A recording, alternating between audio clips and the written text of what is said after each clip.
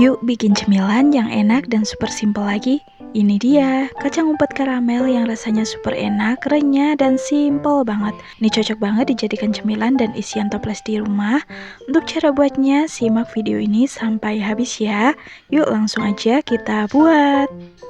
Pertama, siapkan satu bungkus kulit pangsit. Kemudian untuk kulit pangsitnya itu langsung saja dipotong menjadi 4 bagian seperti ini. Nah, setelah dipotong, taruh di atas alas berurutan seperti ini. Kemudian setelah ditaruh di alas seperti ini, siapkan campuran tepung terigu dan air. Kemudian teteskan di bagian ujung atasnya seperti ini. Ini berfungsi sebagai lem nanti.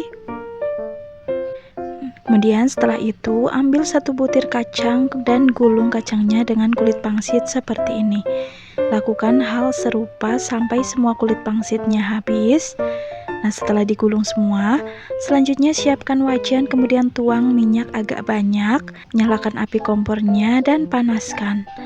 Nah, setelah panas, selanjutnya tuang 2 sendok makan gula pasir dan masak gulanya sampai mencair dan meleleh menjadi karamel. Setelah gulanya berubah menjadi karamel seperti ini, selanjutnya masukkan kacang umpet yang sudah kita gulung tadi ya.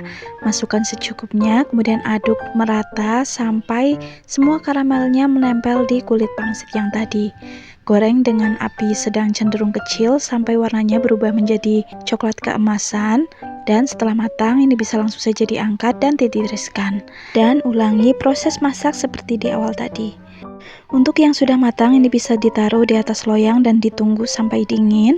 Kemudian setelah dingin, ini bisa langsung saja dipisahkan supaya tidak saling menempel. Dan ini dia, kacang umpet karamelnya udah jadi. Ini hasilnya renyah dan enak banget. Cocok banget dijadikan cemilan dan isian toples di rumah ya. Bisa juga dijadikan ide isian toples lebaran nanti.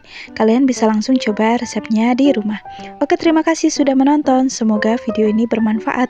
Kita ketemu lagi di tutorial selanjutnya. Sampai jumpa.